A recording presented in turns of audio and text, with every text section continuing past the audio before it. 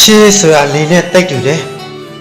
မထင်မှတ်ပဲတွေးဆုံကြတယ်မထင်မှတ်ပဲကွေးကွာကြတယ်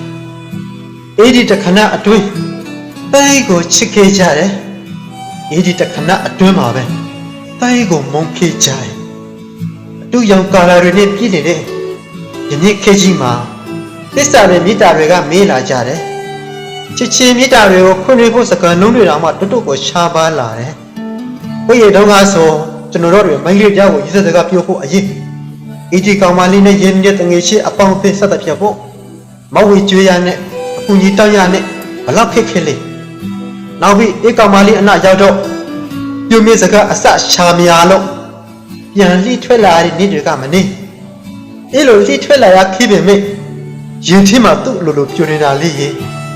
ချစ်တယ်ဆိုတဲ့စကားကိုပြုတ်ထွင်းဖို့အရေးတို့တို့ကိုစူးစမ်းယူရတယ်အဲ့တော့ကအချစ်ကလင်းနဲ့မတူကြဘူးရင်နဲ့တိုက်တူတယ်လင်းနဲ့ဘယ်တူပါမလဲမိတာတွေသစ္စာတွေနဲ့ရှင်းအောင်ထားတဲ့အချစ်မှုထာဝရတည်တတ်ကြတယ်ဒါကြောင့်ခင်ဗျားတို့ရောလင်းနဲ့တူတဲ့အချစ်ကိုချစ်မှာလားရင်နဲ့တူတဲ့အချစ်ကိုချစ်မှာလားတခုခုမှတ်ခဲ့ပါအောင်